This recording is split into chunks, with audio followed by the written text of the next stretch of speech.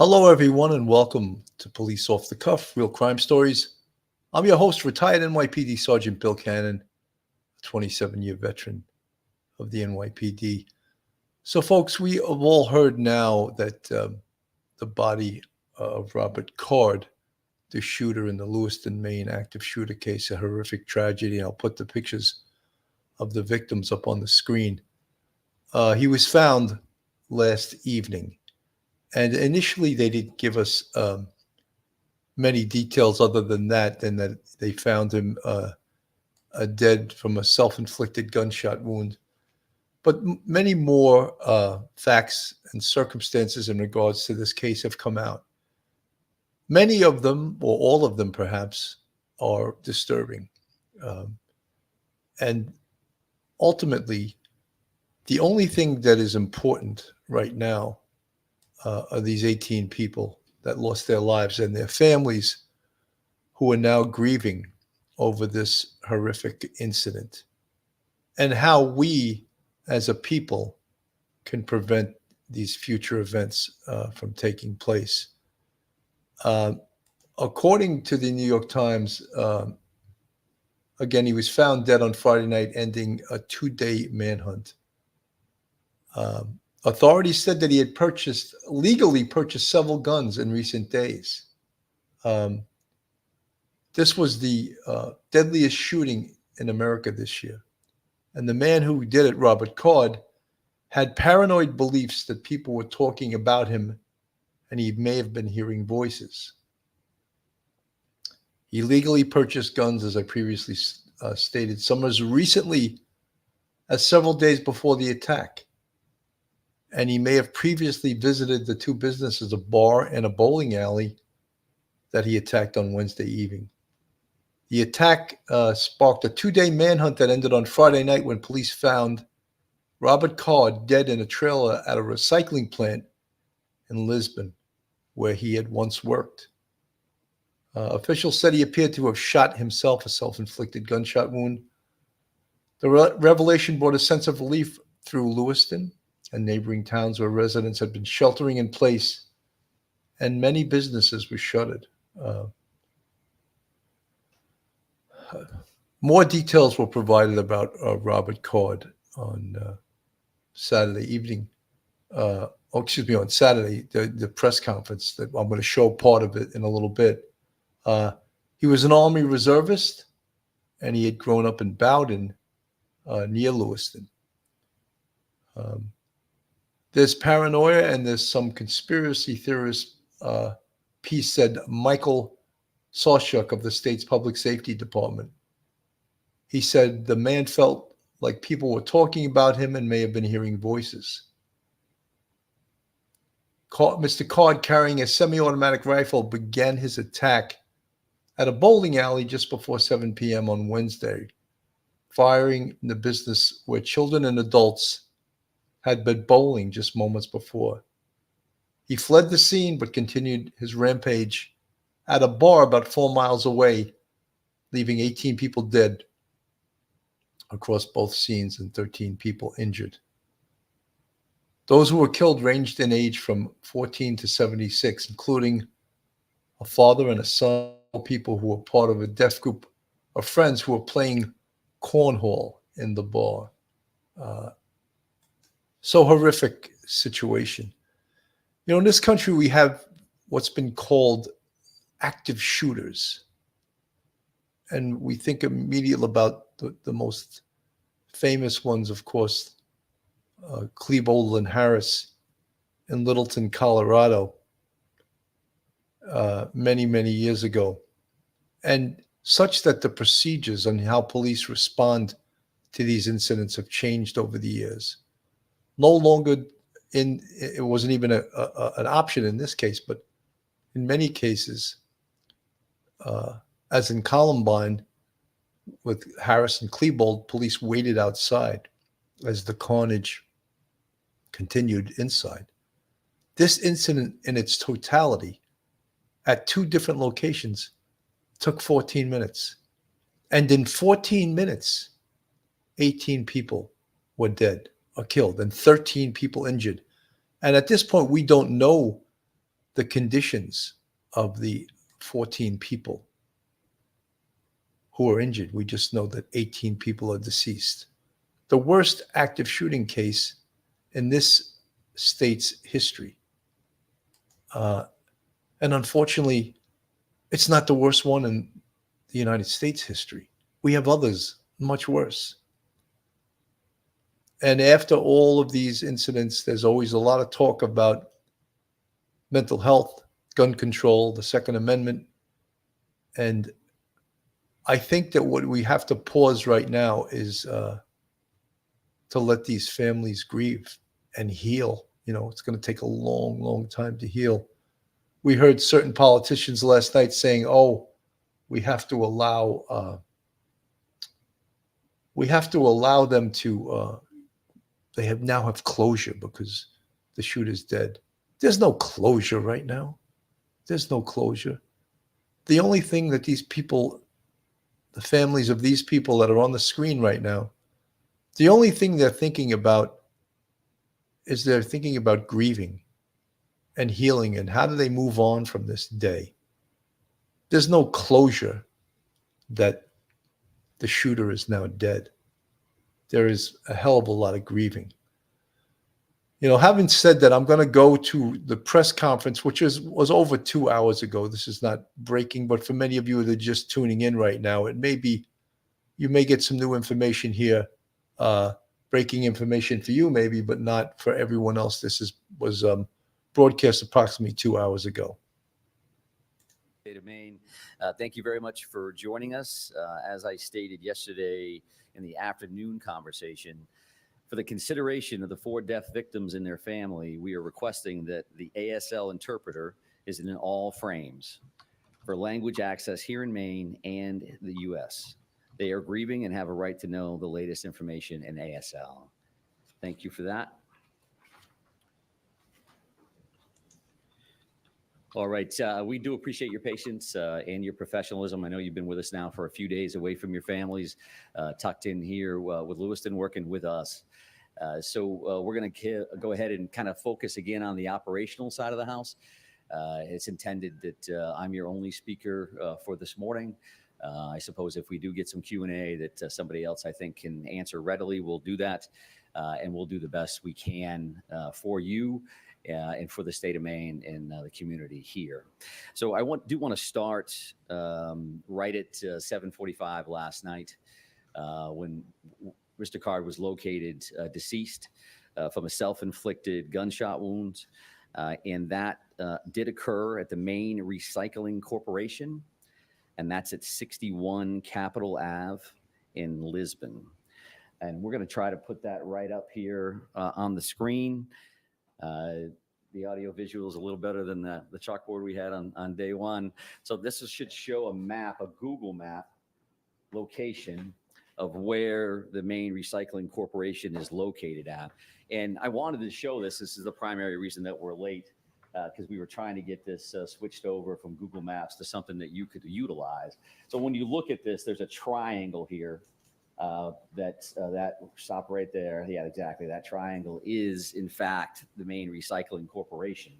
And if we go down across Capitol Avenue to where that circle is, that's the overflow parking location where he was found deceased in a trailer. So, and I think that's important because we were asked some good questions last night that we did not have the answers to at that point. So that particular location was cleared twice previously, and it was cleared in that triangle. It was cleared where the business is located, and that was cleared by Chief McGee and the Lisbon Police Department and individuals there earlier, and a joint or a combination tactical team later in the afternoon. The owner of that facility did a great job because he was like, you know, this individual knows the property. He could be tucked in the back of one of these trailers because they're full of recycled metal and all this stuff. You could crawl over the top. Well, we cleared the trailers. We cleared trailers that are there on that business footprint. Nobody had any idea that across the street, across Capitol Avenue, there's an overflow parking lot, which is the Recycling Corporation property. So the owner was very diligent to say, well, did you clear those trailers? Well, what trailers are you talking about? So then the follow-up is with the tactical team commanders to say, okay, tell me exactly where you were at. And then they were doing the same thing. We were looking at our timeline. We cleaned trailers. We didn't clear those. Let's go back. So the Maine State Police tactical team ultimately were the ones that located the body within one of those trailers. And this is a tractor trailer style. You picture that 18-wheeler. This is what a trailer would look like. A box trailer is where he was located, right in the back of that. Some of those trailers are locked. Some of those trailers aren't. So he was found inside one of those boxes that was unlocked from the outside. And that you can probably picture that from just your experience on the street, right? You've seen those kind of things before. So that's where we found the body last night. A little bit of updates in that regard. We're going to be there probably through the end of the day, making sure that we process that particular scene. And we'll also be at the bar and grill and the bowling alley probably through the rest of the weekend. We're currently working that now, and we will definitely be working that tomorrow. And at this point, that is heavily resourced by evidence response team members. So ETs are processing physical evidence at those locations. Again, as we've discussed, there's a reason for that. That's a lot of material still there to work with. So we expect that we'll work through the weekend there. I would also just tell you that the behind the scenes stuff is a very intensive manhunt, an incredible amount of resources invested. Once he's located last night, truth be told, we got some people some rest. Hopefully you got some sleep last night. So we sent some people home. They're back in this morning, all in for today. We're going to send them back to get some rest tomorrow. They can see their families and be back in on Monday, the entire team, to include our partners, which I am going to take more time today to make sure that I acknowledge everybody that I can. So they'll be back in on Monday to continue their work, whether it's scene cleanup, continuing to do interviews. Overall, we received 821-ish as of a little while ago, tips and leads. So we continue to work those. The digital tip line, that video tip line that you were so helpful in putting the information out on. Ultimately, we're at 197 of those leads, and that's information that was uploaded to that system. Got about a dozen or so search warrants that are completed, so signed and impounded meaning that you wouldn't have access to them at this point. But given the circumstances here, right, because we don't envision a trial of any sort for anybody that's involved here, the release of information I would expect after those affidavits, that impound is pulled, there's going to be a lot of information that's going to be there for you down the road. Again, we'll try to do the best we can today now that piece of this. You know, folks, he raised a good point that obviously the perpetrator here is deceased. There's 18 people deceased. And you may question, well, why is it necessary to collect all this evidence? There will absolutely be a civil part to this case. And even though when you think of a bar or a bowling alley getting attacked by a crazed gunman, they will be sued for lax security, if you can believe that. So that is another reason why processing all of this evidence is of the utmost importance. Besides the fact that everyone wants to know the who, the what, the where, the how, and the when of how this happened. There is another side to this, another legal issues to this. Event is done and he's been found. We're certainly able to answer additional questions. Everything we say can be interpreted by a suspect. They just said this about me. I'm going to go do that. And again, based on the violent nature of what occurred here, the traumatic incidents that occurred here in Lewiston, we were certainly concerned right until the last second that we didn't know what this individual was going to do next or where he was going to do it. So we need to be very cautious about that. We also need to be very cautious when you talk about trials, one information. So Mike's at the podium and he said this. And then at trial, 2 years later, they say, well, didn't you say this? And now you think this because you found it in a cell phone. All those things, we need to make sure that we're not being prejudicial for trials and for the court process. So again, from our end, about a dozen or so of those warrants, and everybody will continue to work on that. I think there's some additional information that I mentioned I was going to speak to you about today, and that is the addition of a family assistance center. And that family assistance center is going to be located at the Lewiston Armory at 65 Central Ave, right here in Lewiston. So 65 Central Ave. And that's intended to be a one-stop shop kind of thing, one central space for victims and their support persons to gather so that they don't have to make multiple stops for multiple different agencies to seek assistance. Now, this particular location is open for individuals who were present at the shooting site. So whether you were victim, physically stating that you were injured during this event, or you were there and traumatized, in either one of those situations, the Family Assistance Center will be a good spot for those individuals to go. I will say that this is probably, again, common sense, but the media will not be allowed to enter the Family Assistance Center. We want these folks focused on healing, not on, hey, am I in camera? What are people going to think? I don't want anybody to know I was there. So if you could do me a favor and help me out with that, that would be greatly appreciated. Now, that's the Maine State Police are working with the Maine Attorney General's office, the Red Cross, and the FBI Victim Services Division, who have been incredible. And they're opening that space. That space actually opened this morning at 10. And they're going. This is Mike Suschuk, who is the Director of Public Safety for the state of Maine. He's incredible. He's actually a very good speaker. He apparently had another career as the Chief of Police of Portland, Maine. So you can see he's not a newbie. He's not a politician. He's quite competent, and he's really delivering an outstanding press conference here and covering all the bases that you could possibly. He's trying to anticipate what questions the press is going to ask. So he's trying to cover every possible base. Going to be operational for the foreseeable future from 10 a.m. to 7 p.m. at the Lewiston Armory at 65 Central Ave. A separate location or a separate site providing mental health assistance, and that's going to be located at the Ramada Inn here in Lewiston, and that's created for the larger community. So again, as we've discussed, you have the scene, but the entire city is a scene, right? People that are traumatized, that I know somebody that knows somebody that knows something, or I walk by that, I've been to that bar before, I bowled there, that wasn't my night. But you want to talk to somebody about that. That's going to be at the Ramada Inn. So you're not necessarily a victim, a specific victim of what occurred, or somebody that was present when this occurred.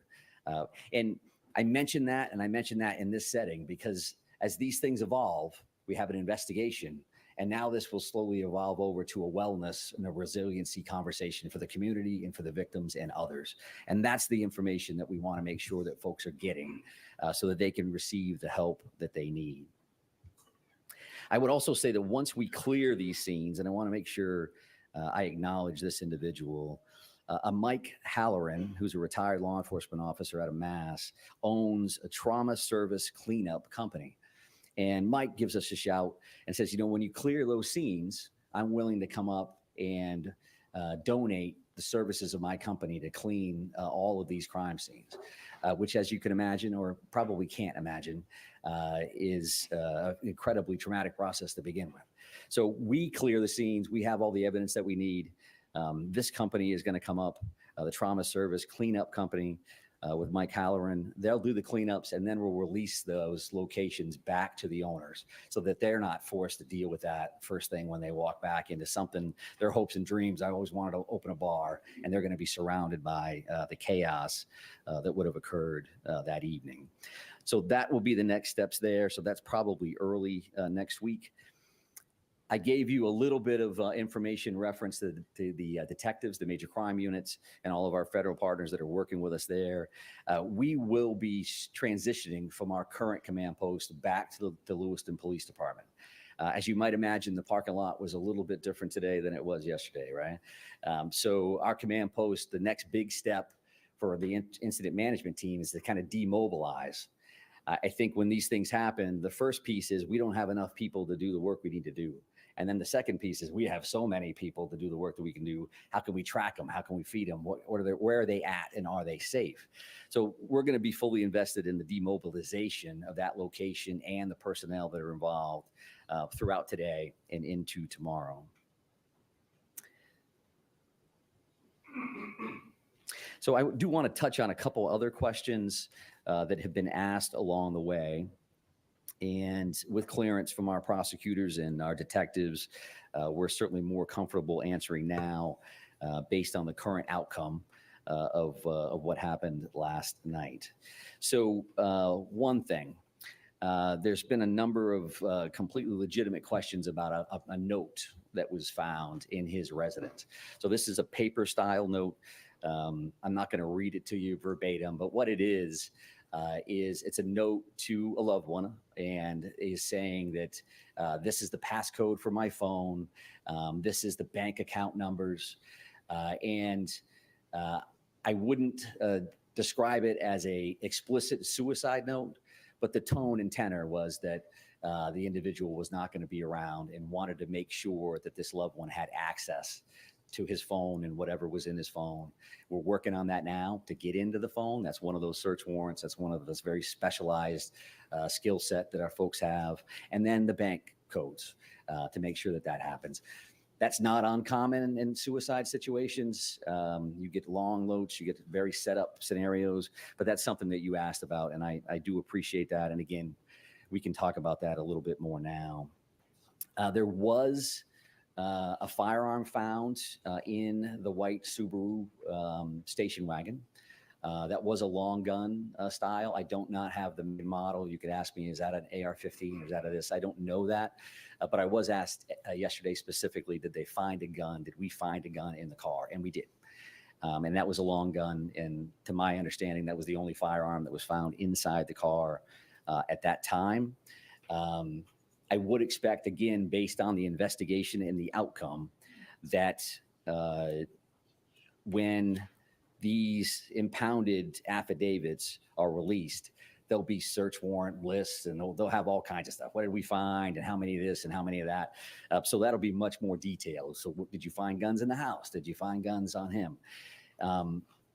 So that is something that we've been asked about, and I wanted to make sure that we covered that as well.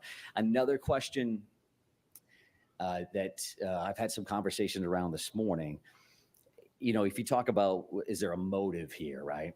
I think clearly there's a mental health component to this. We still need to do some research around trying to get access to certain records and things of that nature. Which again, you could probably imagine is not just as simple as just calling somebody, hey, can you send me this thing? But what I would say is that based on what I've heard through conversations this morning, I don't see, or I'm told that we don't have access to any forcibly committed for treatment information reference to Mr. Card, okay?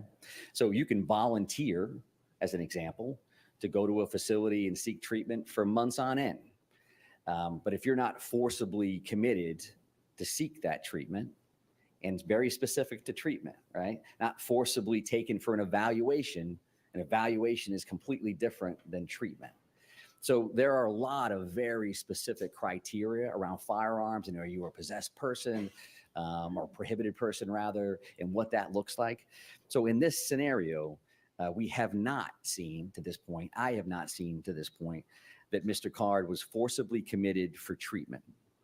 And if that didn't happen, then the NICS check, you could go into a firearms dealer who does all of their work, and the background check is not going to ping that this individual is prohibited. And something that's incredibly important for us to say, and for me to say, and I find myself saying it on a regular basis, just because there's appears to be a mental health nexus to this scenario, the vast majority of people with a mental health diagnosis will never hurt anybody. They won't hurt themselves. They're not a danger to the community. Based on percentages alone, there's a bunch of folks in here that have a mental health diagnosis. I know law enforcement officers that have a mental health diagnosis. That doesn't mean they're a danger to the community. We certainly have people that reach that crisis level where that does occur, and we deal with those folks on a regular basis. Sometimes through involuntary, forcible commitments, right? And sometimes not. Sometimes there's different levels of that mental health system, and that's a whole different conversation that can be quite lengthy. See, folks, it's none of this stuff as we would think is simple. Here's someone that has a mental health diagnosis, but it's not like the police can just go in and demand his records, or that this person is necessarily a danger to himself or others. That's what Mike Sawchuk right here, the director of public safety for Maine, is explaining it very articulately, I might add, because it would seem almost like, well, here's a guy that just bought these type of guns days before the shooting, and he spent 2 weeks in a mental health facility over the summer. Shouldn't that be a red flag, and shouldn't that pop somewhere if he's trying to buy firearms in a background check? Well, Mike Sawchuk was just explaining to us. Guess what? It's not. So therein potentially lies the weakness in the system. Someone with a diagnosis of mental illness, and you heard Mike Sawchuk, the Department of Public Safety Director for Maine, say there's many people who have a diagnosis of a mental illness. However, they're not a danger to themselves or others. And he says many police officers have a diagnosis of a mental illness. And guess what? They're carrying firearms. This is dangerous, though. This is a scary situation, I think. I don't know where we draw the line. I was stopped on Duty Ron's show last night, and it seems that mental health, the law, and confidentiality collide in situations like this. And potentially that's where therein lies what we have to figure out, how we can maybe interdict on some of this stuff, because it happens far too often. Well, I can tell you that law enforcement has been involved at this point for decades, and heavily involved over the last 15 years or so. So I think that is the information that I know I wanted to come back and give you.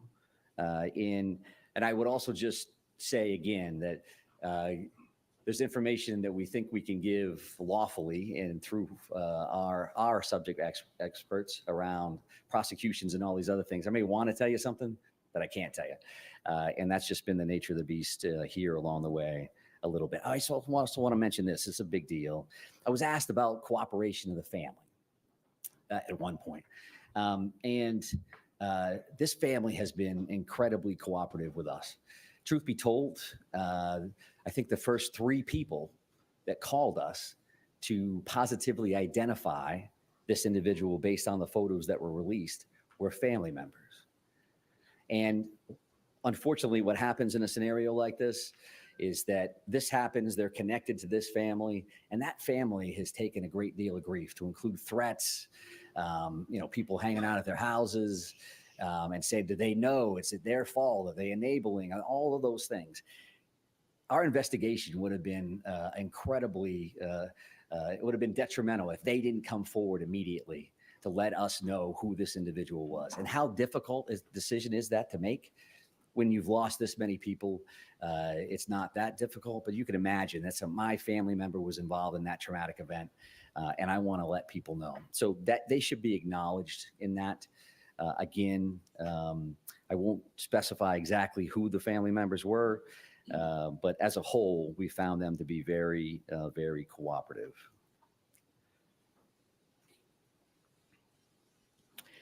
I will also state that, from an after action perspective, you can imagine that all of the law enforcement officers, the various agencies involved, the rest of the public safety world, we will be having a number of after action reports, lessons learned. We don't want this to ever happen to anybody ever again, but we've learned a lot as a state from other communities around the country where this has happened, other communities internationally where these things have happened, and they put out best practices, and this is what's happened, and what are we going to do next? So I would expect those things to continue. None of the entities that are involved in that, certainly not the Department of Public Safety, are regulatory authorities. Like, hey, we have authority over what happened over here, and we're going to act on that. So there's a time and place for all of those things. to include that mental health system. There's a military component, there's all those different things, which has their own networks to regulate and make sure that they're checking their own processes. And I think that's rightfully so. So I think what I want to make sure I do, and I want to make sure we switch that screen back over to that victim screen to make sure that we all remember why we're here and why we do the work that we do.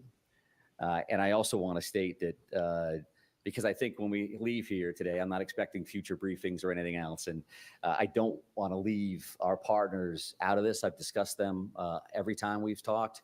But if you talk about Chief McGee and the Lisbon Police Department, all the work that they've done, the strong focus on Lisbon, it kind of morphed over or Lewiston, and it kind of morphed over to Lisbon with the finding of the vehicle. But Chief McGee and his team and his community have really, really stepped up across the board. And they deserve a lot of credit as a strong partner of this entire thing. And the New Hampshire State Police, I can't tell you, I mean, that helicopter was floating over us very, very quickly. And there is New Hampshire State Police and tactical teams and detectives, command staff members that came to us immediately, across the board. From our federal partnerships, what happens in these is that everybody's got incredibly long titles that are accurate and they mean a whole lot. But when you talk about the ATF, you talk about HSI, you talk about DEA, you talk about the FBI, you talk about, we're down to first name deals, right? So you talk about Kevin, you talk about Jim, you talk about Mike at HSI, you talk about Jody. That's who we are now, right? And it's going to be valuable in the future to have that first name basis in case something else happens, across the board. And certainly the Maine State Police as the lead major crimes and investigators on the scenario have been in the forefront of this since the very, very beginning.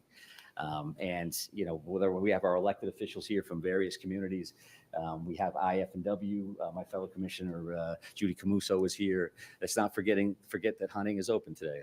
I want to make sure that we discuss that for sure. And I guess I would just close on that, on the acknowledgement again of Chief St. Pierre and the work that him and his team have done. They've made their community proud. They've made the state of Maine proud. And we're lucky to have them as part of the Department of Public Safety. So with that in mind, I'm going to try to do some Q&A. We'll see how this goes. I wrote myself a note. I'm supposed to repeat the question before I answer it because nobody can hear it. So right here, ma'am. Yes. We talked about the victims who were killed. What about the victims who were injured? What is their current condition, and can you identify any of them? I can't identify any of the victims at this point. My understanding is the last update that I received that there were 3 people in critical care. And I don't have any more specifics reference to the remaining 10 in that scenario. And as you might imagine, these individuals passed away because of this crime. And these other folks have to live with the rest of their lives. So I'm not sure that they want to be identified in the sense. We've had victims' families with media members and others parked across the street. They feel nervous. They feel scared. So we're not in a position that we're going to identify them. And sir, right here? Yeah. Based on what you've learned so far, why did the suspects target the bowling alley and the bar? I would say that the mental health aspect of this, there's a piece of that where there's paranoia, there's some conspiracy theorist piece that I think what I've read and what I've seen is that the individual felt like people were talking about him. It may even appear that there were some voices in play here. And we don't believe that any of that is accurate. And I think that led him specifically back to those 2 specific locations. And it also led us to, where's he going next? He used to work here, he used to be there. And what's that going to ultimately look like? So I think that's a valid question. Right here? Commissioner, can you go back to the recycling center? Yeah. What was the suspect's connection to that facility? Was he a former employee? There was an employment relationship there at some point. I don't know if he was currently employed or not. And I don't think I'm in a position to answer that. I would kind of lean towards the business owner, and he's been part of this very forthcoming that got us back to that location to check. So I don't want to speak on his behalf of exactly where Mr. Card or what his status was at the end. How long was he deceased? I don't know that yet. And I think that comes down to the autopsy in many ways. They say, he passed away of this, cause and manner of death, and then they'll be able to give a range of some sort of how long he's been passed away, but I don't know how exactly tight that's going to be. But sir, did you have a question? Yeah. That was the one. All right, perfect. It's a twofer. Yes, ma'am. On the discovery of the body, if there's apparent self-inflicted gunshot wound, the condition of the body when you found it, the actual discovery of finding him in that trailer. Yeah, sure. So, from a discovery standpoint of the status of the body itself, when you're talking about a few days, there's not a great deal of decomposition in that time frame. So it was a self-inflicted gunshot wound. I will tell you, there was a couple of firearms found at the scene. I won't be able to tell you exactly what that was. The one picture that I saw looked like he had the same sweatshirt on that he had the picture that we put out at the bowling alley. That's appeared to be the sweatshirt that he was wearing at that time. He was found closer to the sliding door component of the trailer, so he wasn't buried back further. When that happened, when he took his own life, I don't know the answer to that. And again, we'll probably have a range-ish from the medical examiner's office, but not something I know right now. Right here? Yeah. Yep. Can you help us understand anything that you know about his movements, how he was able to evade so many law enforcement partners for the amount of time that he was? Yeah, super question, right? So again, a bit of an anomaly from a scenario, right? We have two locations. He escapes both, parks his car someplace else. And I want that picture to stay up there. But if you looked at that Google map from the Lisbon location, but I'm going to screw up the boat launch terminology again. What is that again, Ryan? It's the Spanish River Bridge boat ramp, which is the entrance to the paper mill trail. So that trail actually runs from that boat launch all the way along the Androscoggin River, and you can see it on that Google map. So that comes all the way down along the river, and then that overflow parking lot is there, again, next to a business that he's familiar with as well. So there is a natural connection. Is that planned? Is that not planned? Is that a location of convenience? I don't know the answer to that, but that's kind of how that went down. But right in the back, man? So going back to these maps, so you mentioned previously that sort of triangle section had been searched twice before, Yeah. but he was found in that sort of overflow parking area. Mm-hmm. Had that area specifically been searched for before? No, it had not. Yes, sir. Thank you very much. You just said, I think, that 2 firearms were found with his body. Mm-hmm. So can you just clarify, does that mean that in all there were 3 firearms on his person? One found in the car and then 2 on his body? Yes. 1 in the car, 2 on his body. And can you give us any details? The one in the car you said was a long gun. It was a long gun. It was a rifle of some sort. I don't know And the make and manner. the 2 with his body? I don't have that information. They're still working that scene right now, so that's not something I'll clarify for now. Right here, ma'am. I'm going to kind of work my way. I'm going to try to get to everybody if everybody's cooperative, and we'll try to get as many as we can. Any video, or if you saw any video of the suspect playing cornhole at the bar? And I just read my note that said repeat the question, which I haven't done yet. So could you ask that one more time? Can you confirm that you've seen video or there's videos of the suspect playing cornhole at the bar? So is there video, or can we confirm that there's video of the suspect cornhole at the bar? No, I have not seen that. There's a lot of video yet to view from the locations, as well as those 197. I don't know how often this individual frequented the bar, if there's a timestamp on when that would have occurred. I don't know the answer to that at all. What about frequenting the bowling alley? I think that there's a connection to all of those locations. I think both of those spots. I will tell you from a community standpoint, a lot of people in this community were familiar with both spots, right? So this thing happens and everybody's like, I was there once before. My family visits that spot. So there was a lot of that was going on. And I do believe there's a connection, as if this gentleman had been in both of those spots. Want to give it another shot, sir? Yeah, I got another question. We haven't talked a lot about what he was doing in the hours leading up to the shootings. Mm-hmm. Did he case the locations at all? Was he driving around? Can you shed any light on that? So we haven't focused a lot of time on the time frame leading up to the crimes themselves. And no, I really can't flesh that out. I do think that That was actually an excellent question. The question was, have you done some investigation in regards to what Robert Card was doing prior to the shootings, the day of the shootings? What was his schedule? And according to Mike Sauschuk here, he doesn't really have that information now. Obviously, that's information that is in the longer investigation, and they will definitely create a timeline down the road. But you can see how voluminous all of this information is and how much time and effort and personnel you need to answer all these questions. Some of the questions that the press are asking at this press conference are actually very good questions. What happens from here is those neighborhood canvases, and we say, okay, so this happened. We know this call came in at 6:56. We know that that call came in at 7:08.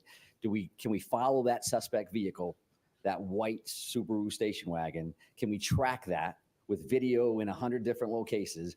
I've seen those ring cams, convenience store, someplace out front, and then can we time gap that so we know exactly what happened? And then we left this location in that car. We know somehow we ended up at the boat launch. Can we try to figure out what that looks like? So I don't have any information. Was he cased in the place that day, or clearly he had some knowledge of these locations previously? However, I'm assuming you're looking into that. of course, yeah, absolutely. That's part of that. Again, he's dead. We know where he's located at. We can start working with our victims. We can also start digging in on all of these other things. But, sir? Yeah, so did you say that you don't know of any forcible mental health visits, or there were not any forcible? There's none that I'm aware of. We've had people check that have told me that they haven't found those. So if they exist, I'm sure we'll continue to dig and try to find them, but I haven't found them. So quick follow-up to that then. Yep. We're learning there may have been from a local source high up in law enforcement that we have. If you found that the old flag law should have been enacted, how will you hold those responsible? So that's a pretty good hypothetical from whoever your source is. We'll have to look at the actual snapshot in time. The yellow flag law in the state of Maine is very specific about an individual that's in protective custody from law enforcement to begin with. And do we have probable cause to believe that they are they could be in possession of dangerous weapons? So if we meet those criteria, then you can take an individual in for a yellow flag assessment, a weapons restriction order assessment. And at that time, your criteria change from likelihood of serious harm to likelihood of foreseeable harm. It's close. Sorry, I guess my broader question would be, will you work to try to prevent things like this from happening? How about that?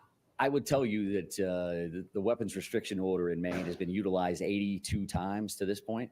It went into effect on July 1st of 2020. I know that because I read every single one of those reports and am involved in that process on a regular basis. Just gave a presentation last Friday to a group of social workers to make sure that we're putting that information out there as much as humanly possible. It has been effective to this point, and it's certainly something that we're always looking at. Can we tweak it? Can we make things better? But it has been utilized, and to this point, it is being effective. But ma'am, you had a question?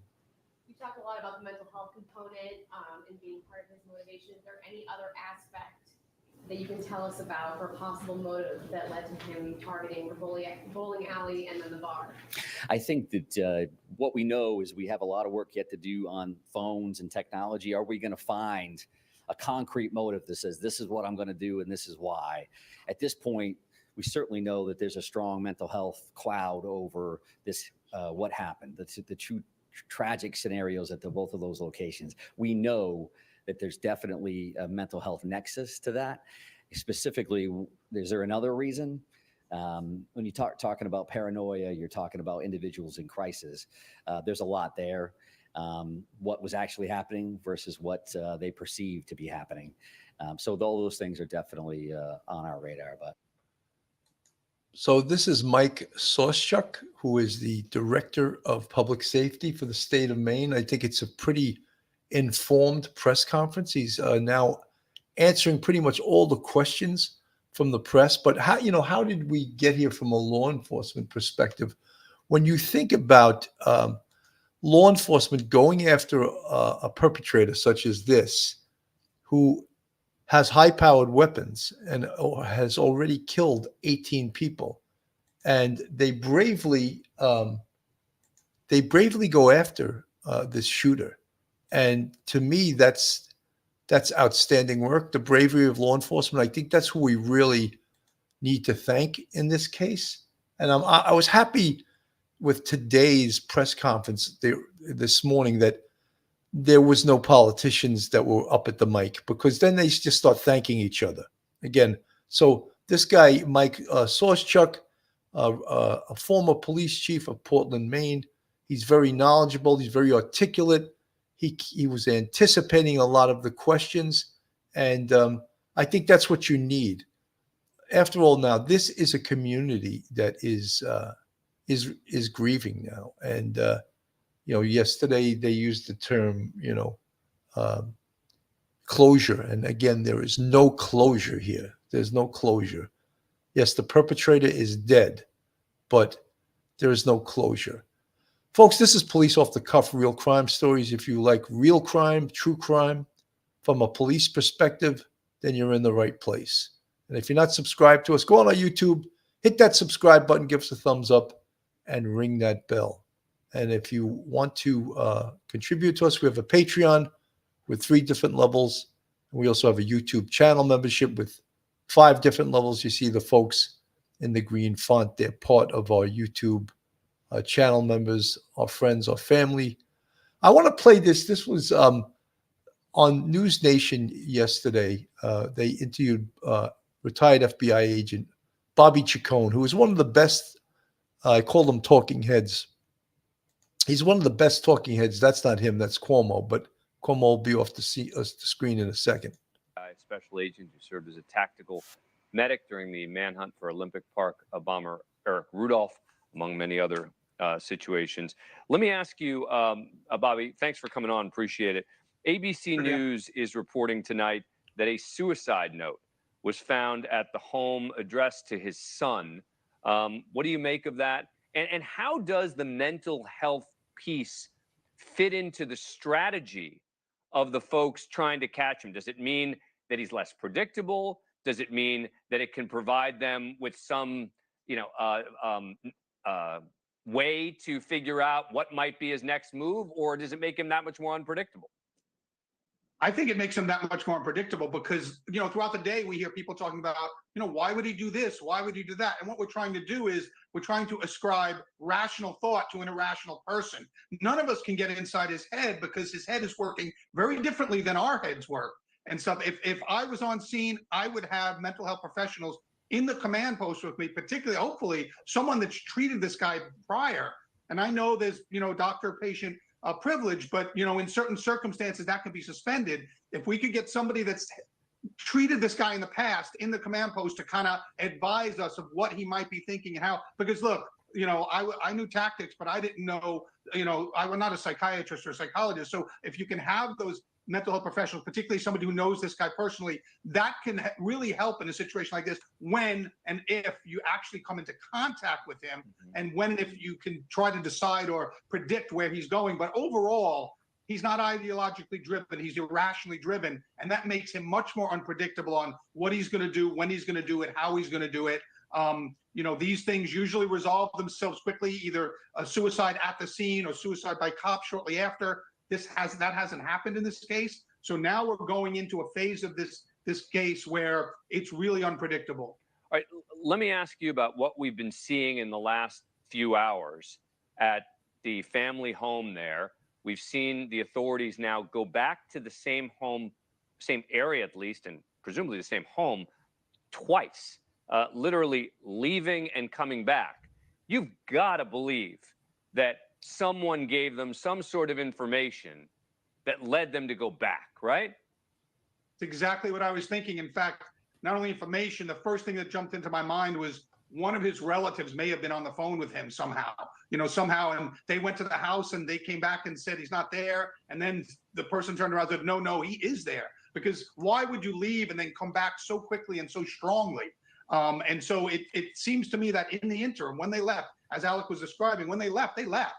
For them to have to then come back, clearly new information came to light that drove them back to that house. What could that information be?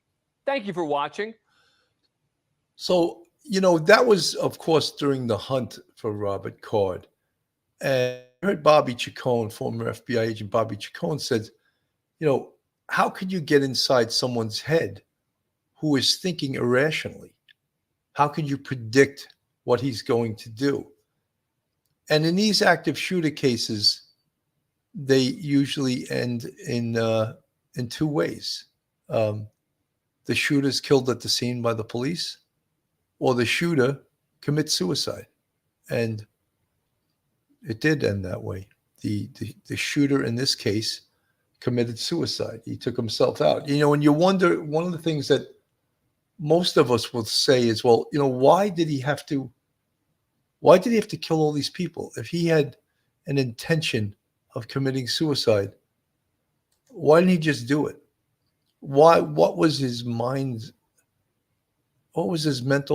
state of mind and again, we can't get inside his head. We can't predict why he did what he did because he's mentally ill, But so why did he have to take out 18 people and injure 13? Why did he do that? And again, if we could predict that, we could maybe stop all future active shooters. But that's not the case. And we talk about these yellow flag laws, and you see how much someone with a mental illness is protected. We talk about HIPAA laws. We talk about confidentiality. You heard Mike Soschuk say, the Maine director of public safety, that there are many people walking around with a diagnosed mental illness that are not a danger to themselves or others. They are diagnosed with a mental illness, period. But they don't present a danger to themselves or others. But how difficult is that for a mental health professional to predict that? How do you predict that this person with a diagnosed mental illness is not a danger to himself or others? Very difficult. And of course, we would all agree that someone with a mental illness where they are a danger to themselves or others has no business owning or buying a firearm. But as you noticed in the press conference, if you were listening, he bought guns a couple of days before this incident. And he was a mental patient for 2 weeks over the summer. So why does that not, and again, this is probably confidentiality, why did that not make it to the background checks in buying a firearm? Why does that not come up somewhere? If you have a criminal history and you go to buy a firearm, it pops, right?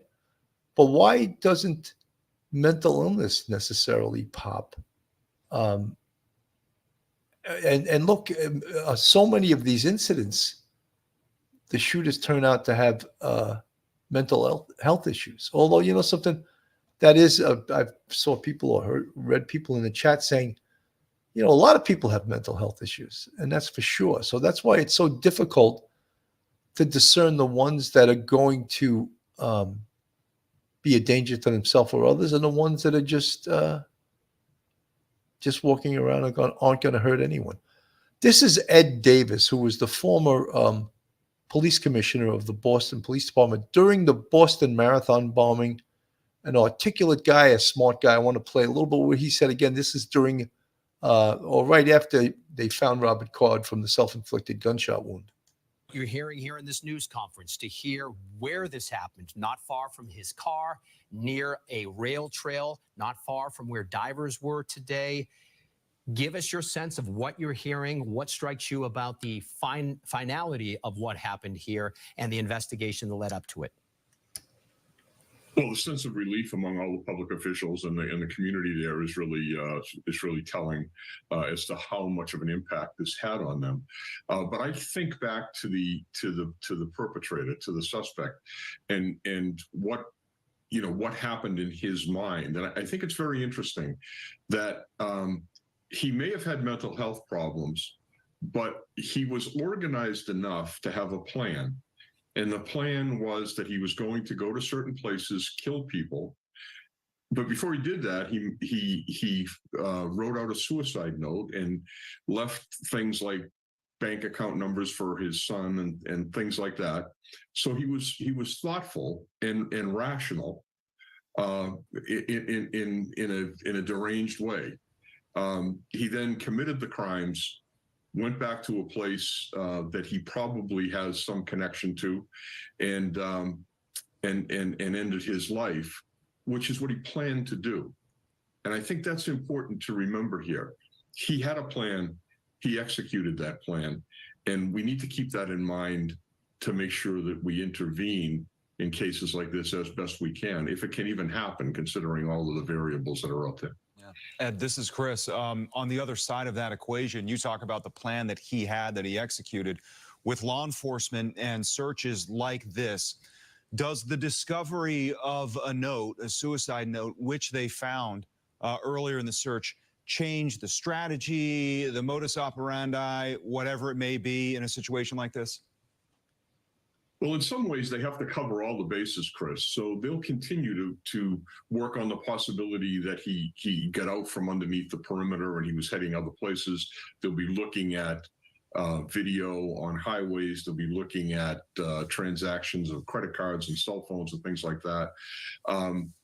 But it does refocus you on the local angle when you see something like that. You think, all right, this may be a ruse. He may be doing this to put us off the trail, but we need to go back and redouble our efforts in the local area, go back to where he was, walk that path, stay on top of that end of it, and to make sure that that is totally clear. And a very similar situation just happened in Maryland with the individual that murdered the judge there. He killed himself not far from where they had last seen him, but he managed to secrete himself a little bit, and it wasn't easy to find him. So it was great that they went back to the basics and started over again and got this guy. And Ed, the phrase shelter in place will always have a real powerful meaning here in Boston and across the greater Boston area, because we all remember after the Boston Marathon bombings and the manhunt for the Tsarnaev brothers, after the shootout in Watertown, that this entire area, the entire state, was in a shelter in place. When you did finally find the last suspect, there was just an amazing relief for people here. And you were certainly at the center of some of that relief as people surrounded police cars, as they cheered you on. A sense of relief for the people. And we saw it then, but also a sense of relief for law enforcement. And I know you have felt that in the past. What is it like to finally have the discovery of a body that knows, that means the end of a terrible tragedy, and that now this community can move forward? Well, it certainly means a lot to the police officers in Maine, the individual officers who've traveled in from Massachusetts and New Hampshire and Vermont, from all over, to feel that appreciation, to understand that when people are really afraid and in need, they do call on you. There may be a lot of controversy out there. There's a lot of people that don't like police, but the bottom line is, we're providing an important service to the community, and in situations like this really do define that. It defined it in April of 2013. It's happening again now, and I think it makes the police certainly feel appreciative of the support that they get. All right, Ed Davis. So that was Ed Davis, the former police commissioner of Boston during the Boston Marathon bombings. Very articulate man. Very smart. He's been through situations like this. Obviously, the one in Boston was perhaps one of the worst we've seen in regards to the firepower that the Tsarnaev brothers used during the attack at the marathon, and the gunfights and the attack on the police in trying to escape. And so that sort of gave us a game plan on how to handle these things in the future. So this is a horrific situation, and I always want to mention again, and I'll put on the screen again, these are the 18 victims, at least the ones that were deceased. There's an additional 13 that were wounded.